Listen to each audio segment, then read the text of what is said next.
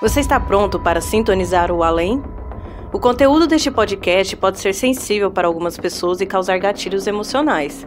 Ajeite seus fones de ouvido e se prepare para sintonizar o sobrenatural.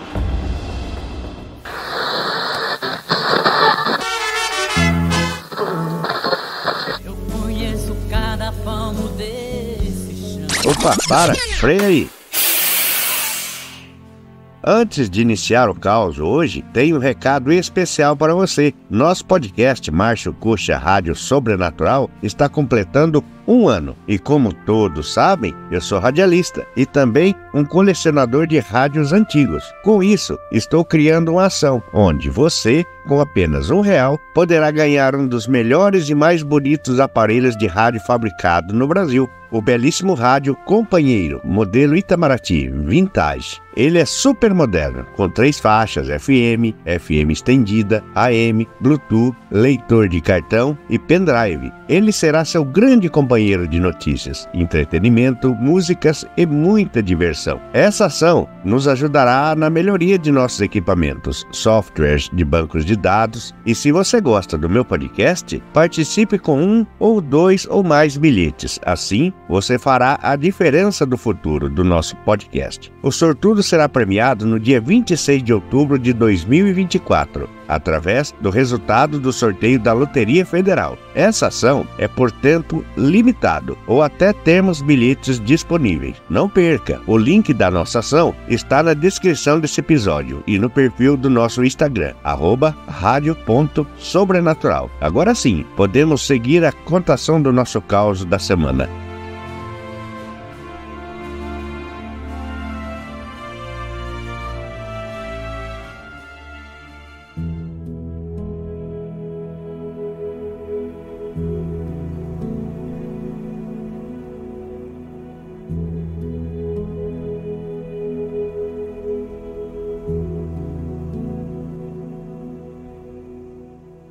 Te benzo, te curo com bosta de burro. Era assim que ela falava quando a molecada passava na rua e brincava com ela. Ô, dona Carmélia, benze nós, benze nós. Quando ela tava de bom humor, porque tinha dias que ela tava de bom humor. Por lá de dentro da cerca, da casinha dela, ela gritava lá pra molecada dando risada.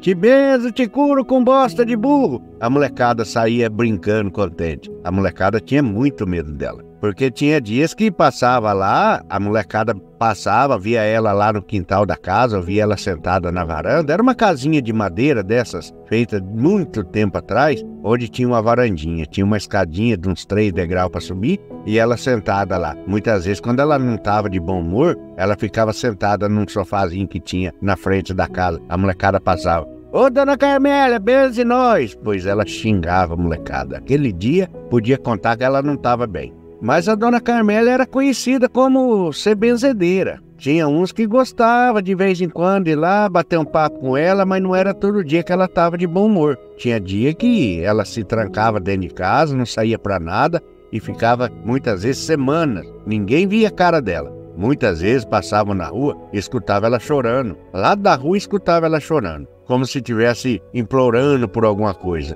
Mas como o povo da cidade já conhecia o jeito dela, nem dava bola. Muitas vezes, quando passava esses dias que ela estava sumida, a turma passava, olhava. Às vezes vinha uma janela aberta, às vezes vinha uma janela com a luz lá no fundo. Muitas vezes ignorava, porque sabia que era o jeito dela. Dona Carmélia disse que benzia muito pro bem, mas tinha uns que falavam também que ela benzia pro mal. Então não se sabia se ela era do bem, se ela era do mal. Assim era o comentário do povo da cidade. Mas a grande verdade é que a Dona Carmélia era uma pessoa que, apesar da idade, ela era muito acabada. Aquele cabelo branco dela, sabe, aqueles cabelos brancos desfiados assim, aquela feição de gente cansada. Apesar dela ter lá seus 65, quem via ela até brincava. A Dona Carmélia acho que deve ter uns 130 anos de idade, porque na verdade ela era uma pessoa sofrida. Mas era uma pessoa assim que era sofrida, não porque era doente, não porque não era nada. Simplesmente era uma pessoa que você via na fisionomia dela, era uma pessoa judiada. O porquê dela ter essa aparência e porque ela parecia uma pessoa cansada, judiada, é uma história que eu vou contando aqui para vocês.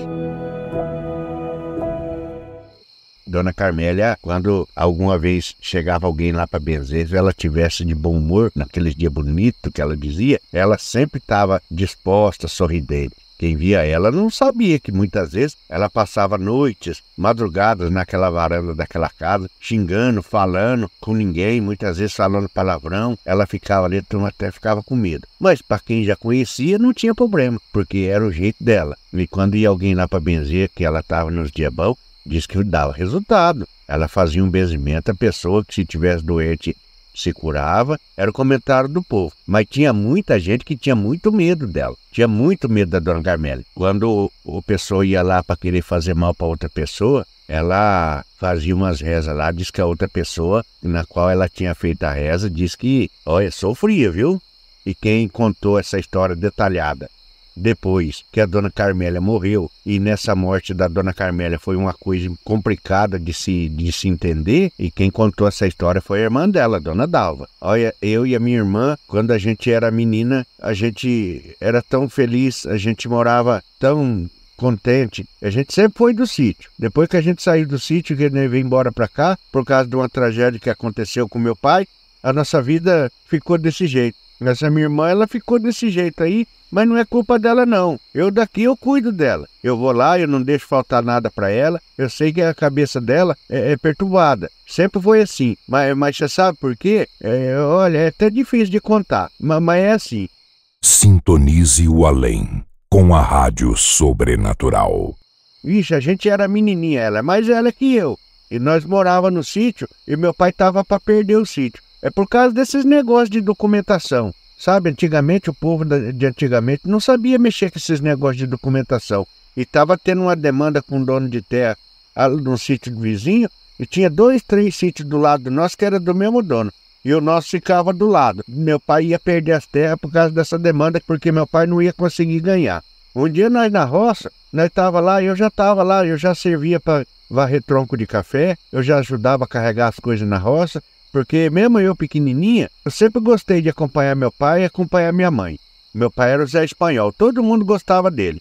Ele era assim um homem de pouca conversa, ele era uma pessoa de muito bom coração. E a turma até às vezes, quando ele ia vender café, nós notava. O povo até enganava um pouquinho ele, porque ele era muito simples, muito humilde, até errava a conta alguma vez. Por ser tão simples assim, ele foi muito enganado. Uma vez eu e meu pai e essa minha irmã Carmélia na roça, nós trabalhando o dia todo, meu pai aquela semana, nervoso, sabe, inquieto. E eu escutava ele falando com a minha mãe, nós vai acabar perdendo a terra. Eu não sei o que nós vamos fazer.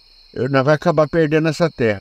Eu não sei quem que pode ajudar mais nós. Eu já fiz de tudo, nós vai acabar perdendo a terra. Pois ele ficou a semana toda falando assim.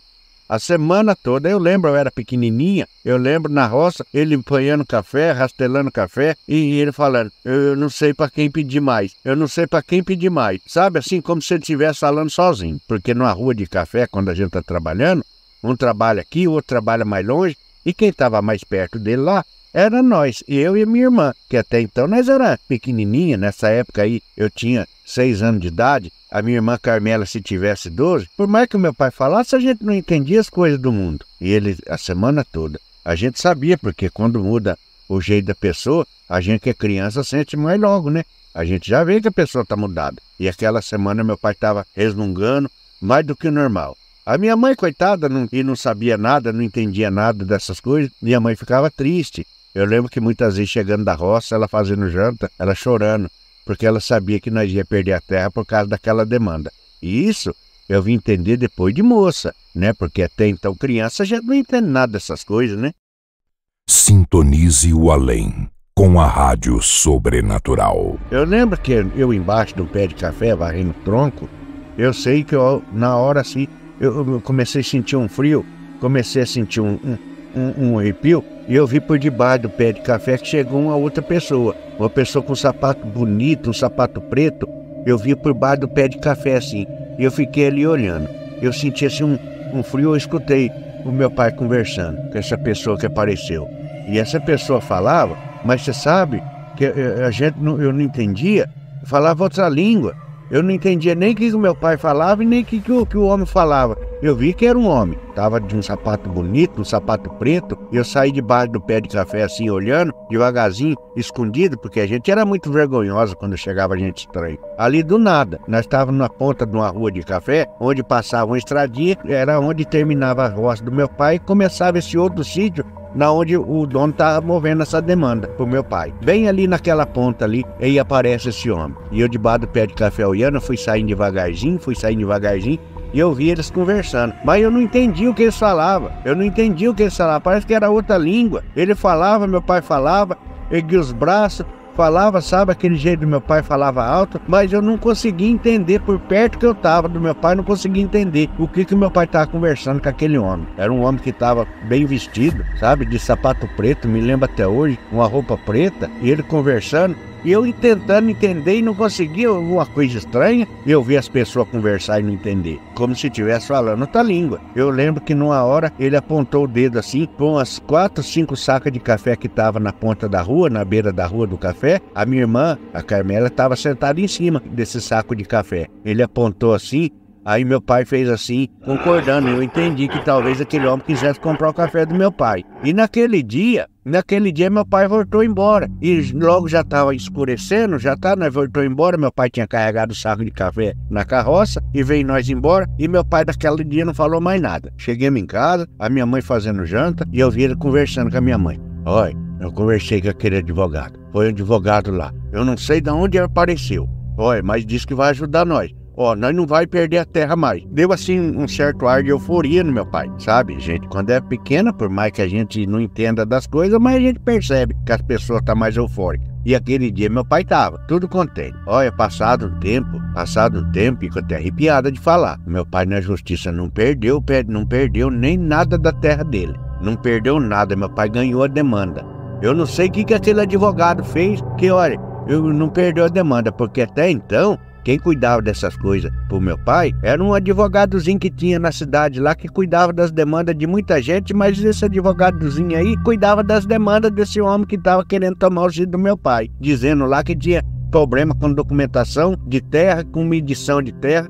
Eu sei que esse advogadozinho que cuidava, ele cuidava das coisas do meu pai, cuidava de muita gente também. E meu pai ia acabar perdendo aquelas terras, se não fosse aquele advogado aparecer. Mas eu sei que daquela época meu pai não perdeu o sítio. Mas você sabe que a nossa vida mudou de um tal jeito que eu não consigo nem entender o porquê. Ficou ali, não perdemos o sítio, mas você sabe que os pés de café do meu pai começaram a morrer um a um. Olha, por mais que o meu pai fizesse, por mais que o meu pai jogasse adubo, que naquela época nem tinha tanto, por mais que o meu pai cuidava, pé de café ia morrendo um a um. Aquela terra foi ficando seca, aquela terra foi ficando assim, nem mato nascia. Eu lembro que meu pai carpia, de um tempo que passou, depois disso, nem mato nascia, os pés de café foi morrendo. Você sabe que a situação ficou tão difícil que meu pai precisou vender o sítio. Olha, vendeu, porque daí ficou todo mundo conhecendo que aquele sítio, as terras não eram boas. Meu pai vendeu o sítio quase de graça. Por meu pai não ter perdido o sítio na demanda, ele perdeu vendendo de graça, porque meu pai devia também um pouco aqui, um pouco ali. Quando meu pai vendeu o sítio, sobrou essa casinha que a minha irmã morava lá. Essa casinha que ele já comprou feita. Aí todo mundo falava, o sítio lá do Zé Espanhol, a terra dele não dá mais nada, não morreu tudo os pés de café. Olha que naquela época eram umas roças assim que para morrer um pé de café tinha que ser uma coisa muito grave mesmo, porque a terra era nova, as terras lá eram recém-cultivadas, tudo que nascia com força, pois naquele pedacinho de terra onde nós morava, onde que meu pai lidou por muito tempo, morreu o pé de café que ele pretejava até na raiz. Eu lembro do meu pai arrancando os pés de café, dizer que era uma doença que ele não sabia de onde vinha, ninguém sabia de onde vinha aquelas doenças que atacou a roça.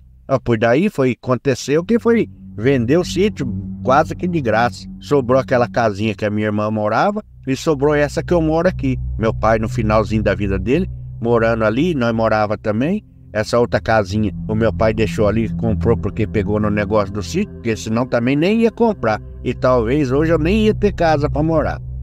Então, passado aquele tempo, minha mãe ficou doente, minha mãe faleceu, o meu pai foi perdendo a consciência, a ponto do meu pai não lembrar de mais nada. Eu lembro que quando nós veio para a cidade, a gente fala assim, né, veio para a cidade, mas nosso sítio era tão pertinho que a gente podia dizer que nós morávamos dentro da cidade já. Nesse tempo que a roça estava morrendo os pés de café, O meu pai ia lá naquele mesmo lugar e muitas vezes eu ia atrás para saber onde ele ia. Porque eu via meu pai ia lá naquele mesmo lugar que ele encontrou aquele homem, ele erguia a mão pro céu assim, às vezes ele joelhava no chão, ele chorava, ele ficava ali horas ali chorando, e eu não entendia, e eu ficava escondido atrás do pé de café olhando por que meu pai fazia aquilo, eu não entendia, e eu sabia que ele estava muito triste. Aquilo era uma coisa que aconteceu que a gente não sabia por que aquilo aconteceu.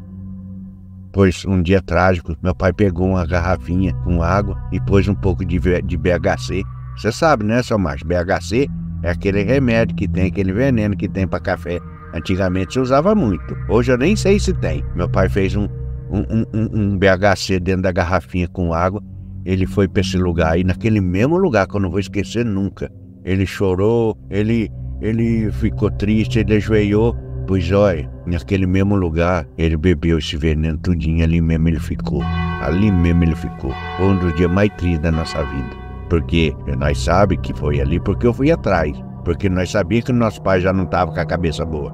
Então quando ele saía para a rua, a minha mãe falava, vai atrás do seu pai para ver, vai atrás do seu pai.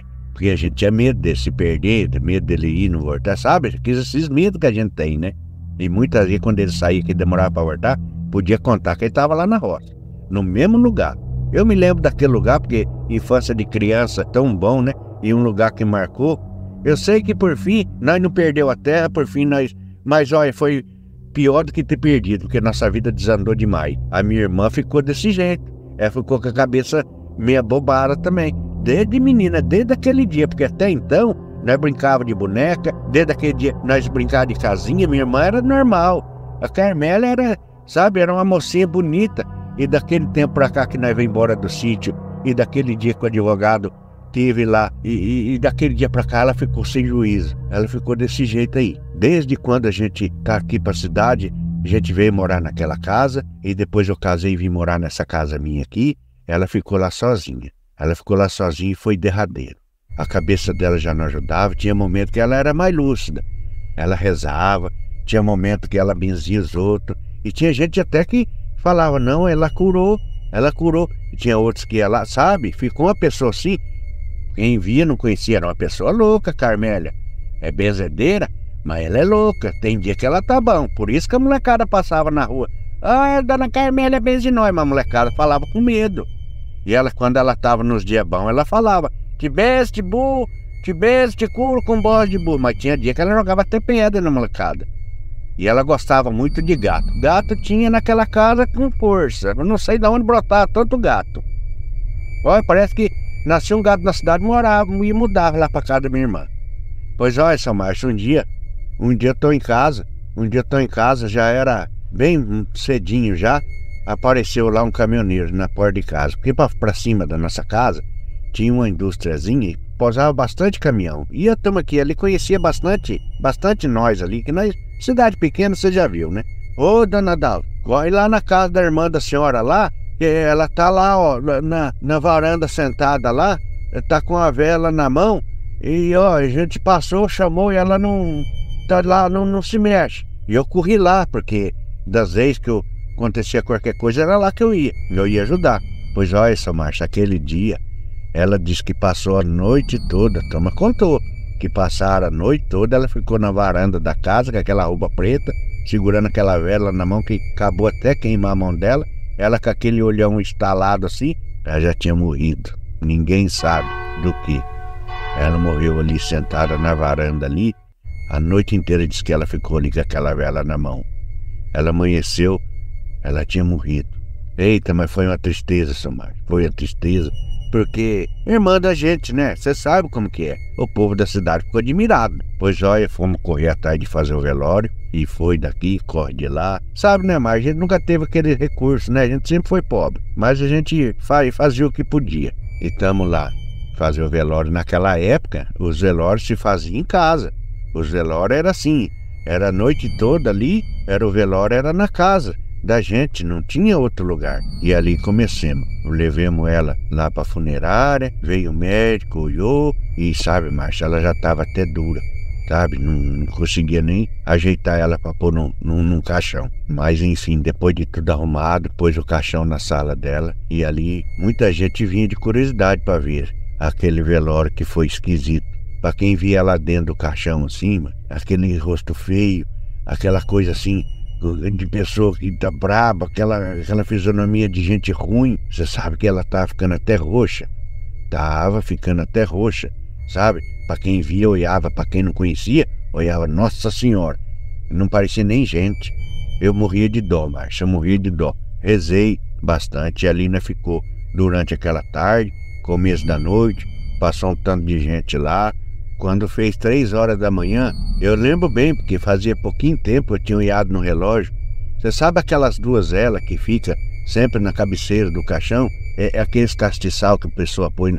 E nós tava ali, só tava eu na sala e meu filho. Meu filho, ele é autista, sabe? Ele não conversa, mas ele não desgruda de mim. Tava eu e ele. Só sobrou nós ali naquela salinha pequena, porque já era de madrugada. Quando foi mais ou menos 3 horas da manhã, aquela sala começou a gelar, seu Marcos. Começou a gelar, foi me dando um arrepio. E você sabe que aquelas velas queimando, foi levantando uma fumaça preta daquele fogo da vela, foi levantando uma fumaça preta, coisa que eu nunca vi. Aquilo tomou quase a sala. E quando aquele gelo, comecei a sentir aquele cheiro, um cheiro ruim, um cheiro... Hoje eu sei que é um cheiro de enxofre, mas naquela época eu não sabia como que era o cheiro de enxofre. Começou aquele cheiro forte, aquela fumaça preta, ela se envolveu assim naquele caixão. E você sabe, Marco, de repente, lá do portãozinho entra aquele homem. Márcia, aquele mesmo homem que eu vi quando eu era menina, que foi na roda do meu pai. Ele entrou pelo portão,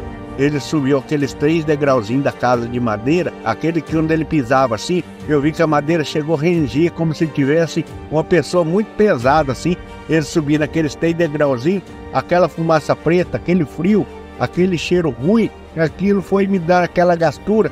Eu fiquei paralisado, meu filho ficou assim de boca aberta olhando assim, com medo. E eu também com medo daquele mesmo homem. Como que eu pude? Eu não sabia como que eu pude lembrar. Quando eu vi aquele homem entrando na sala, naquela fumaça preta que envolveu o caixão da minha irmã, aquele homem olhou assim, com aquele olhar ruim, e estendeu a mão assim, aquela fumaça preta levantou do caixão assim, se esvaiu no ar assim, de repente, aquele homem olhou para mim assim, deu uma risada e sumiu, como se fosse um pesadelo. Quando eu me dei conta assim, que eu me levantei, que eu fui lá olhar o caixão da minha irmã, ela tinha mudado de fisionomia. Aquela fisionomia que ela tava de pessoa sofrida, já estava até meia roxa, já mudou. Aquela fisionomia dela veio e me veio na lembrança de quando ela era moça, de quando ela era bonita, aquela fisionomia dela melhorou. Ficou clarinha, como se fosse uma pessoa nova ali no caixão. Eu saí para fora segurando meu filho para a mão e gritei pro meu marido: ajuda aqui, socorre aqui. Meu marido estava lá pro lado de fora no portão. Diz ele que não viu ninguém entrar. Ele até assustou. Olha esse homem que entrou aqui, olha pra você ver a Corbélia. Olha, meu marido entrou, olhou assim o caixão, ela tinha mudado de fisionomia. O meu marido, mas que ninguém entrou aqui. E esse cheiro, o cheiro ele sentiu. Esse homem entrou aqui, é o mesmo que foi na roça quando nós era menina. Sabe, aquela agonia, o meu filho chorando, o meu filho se assustou demais, e sabe, meu marido me abraçou e eu não entendi o que aconteceu. Eu saí lá pra fora, meu marido ficou lá dentro da sala olhando, meu filho ali comigo apertando eu de tanto medo. E meu marido saiu, mas não tem nada, não entrou ninguém. Eu tava ali fora, debaixo da árvore ali, não entrou ninguém. E eu tremendo, meu filho com medo, que meu filho viu também aquele homem entrar. Amanheceu o dia e eu com medo, começou a chegar bastante gente, porque já estava de dia e nós ia enterrar minha irmã. Daí, pouquinho tempo depois, estava marcado para nós enterrar ela mais ou menos 10 horas da manhã. Quando foi, seu Márcio, lá para as 8 horas da manhã, encostou a Kombi da prefeitura, na frente de casa. Na frente de casa encostou a Kombi da prefeitura, o motorista e o rapaz que toma conta lá do cemitério. Aí ele entrou, cumprimentou o povo, chamou meu marido do lado e eu fui acompanhando ele. E esse homem falou, olha, eu tinha lá que fazer a exumação lá do corpo do seu sogro para enterrar aí a sua cunhada, mas olha, aconteceu uma coisa muito esquisita lá, a gente tem que ver com você. Vamos lá no cemitério.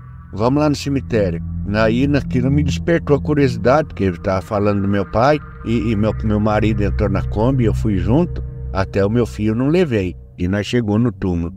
Aí ele tinha tirado o caixão, sabe? Gente, quando meu pai foi encontrado sem vida lá, que ele tomou veneno, a gente veio lá um túmulozinho humilde, sim, porque é o que a gente podia, e o coveiro puxou assim o caixão.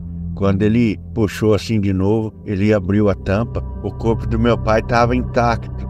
Já fazia mais de 20 anos que o meu pai tinha morrido, o corpo do meu pai estava intacto. Claro, estava escuro já, mas estava intacto. E o mais ruim, Márcio, que eu não conseguia olhar, ele estava virado e com as duas mãos juntas, como se estivesse rezando. Olha, foi uma tristeza. O homem falou, esse homem foi enterrado vivo. Esse homem foi enterrado vivo. Mas não foi, porque nós velou meu pai. Nós velou meu pai mais de um dia. Nós velou ele, foi tudo certo. Ele tinha morto e estava gelado. Estava intacto e com as mãos juntas, assim, virado de lado, como se estivesse rezando. Aí o coveiro falou, olha, não tem como a gente fazer exumação, porque o da sua mãe tá certo. A gente tirou os ossinhos dela, tá ali do lado ali. Mas o do seu pai não tem como. Se for fazer o velório da sua irmã, o enterro aqui, tem que pôr em cima e fazer outro em cima. E foi o que a gente fez. Na hora do enterro, coloquemos o caixão em cima e fizemos outro túmulozinho em cima daquele, porque do meu pai não deu, porque o corpo dele estava quase que intacto. Não tinha como tirar dali. Mas essa história ficou ali entre nós, da família, que só eu e meu marido sabe, porque graças a Deus o coveiro não espalhou para ninguém. Aí depois a gente conversando com um, conversando com o outro, e a gente foi entender, seu Márcio. Aquele homem que apareceu no velório, que era o mesmo que foi na roça quando nós era menina, não era advogado coisa nenhuma. Aquilo lá era coisa ruim, que foi enganar meu pai para fazer uma proposta para ele não perder a demanda. E meu pai, eu não sei que proposta que ele fez, que meu pai aceitou. E depois daquele dia minha irmã ficou desse jeito. E depois meu pai não suportou a dor de ver minha irmã sofrendo, que ela ficou ruim da cabeça. Meu pai perdeu tudo que tinha. Ele foi lá e tomou veneno, bem lá na onde ele tinha feito esse trato com coisa ruim. Aí a gente foi entender que aquilo que apareceu na roça não era advogado coisa nenhuma, porque no dia do velório da minha irmã ele veio buscar a alma dela, ou alguma coisa que estava encostado na minha irmã, desde quando a minha irmã era mocinha, viveu encostado na minha irmã, por isso que ela ficou ruim daquele jeito. E daquele dia em diante, Márcio, eu rezo todo dia, porque eu não guardo o rancor do meu pai, porque meu pai era humilde, meu pai era muito bondoso, mas ele foi enganado pela coisa ruim. Ele foi enganado pelo pai da mentira. E a minha irmã foi parte do trato que meu pai fez enganado. Eu não tenho rancor do meu pai. Eu não tenho, viu, seu Márcio? Ela me contou essa história assim, chorando. Eu confesso que eu fiquei muito triste, porque a gente vê o sofrimento das pessoas contando essas histórias. Deus tá ali em cima, não tá? Eu tenho certeza que ele tá. Ele perdoou meu pai. E ele deve estar num bom lugar junto com a minha irmã.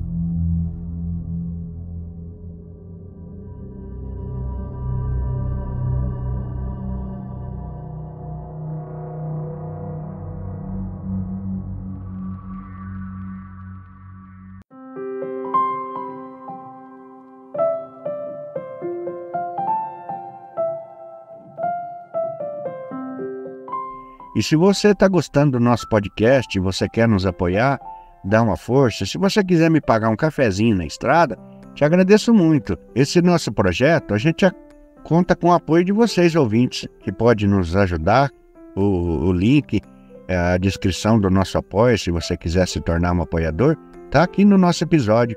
Se você quiser nos pagar um cafezinho ou nos fazer um Pix, a gente agradece muito para a gente continuar contando essas histórias e melhorando cada vez mais. Eu agradeço de coração, e a gente está também no YouTube, contando essas histórias no YouTube. E o nosso podcast tem muitas histórias para contar. E com sua ajuda, com seu apoio, com aquele cafezinho que você poderá nos ajudar, nos incentiva mais ainda a melhorar cada vez mais em equipamento e melhorar cada vez mais, para trazer um trabalho de melhor qualidade. Eu agradeço muito. E a gente se vê nas estradas.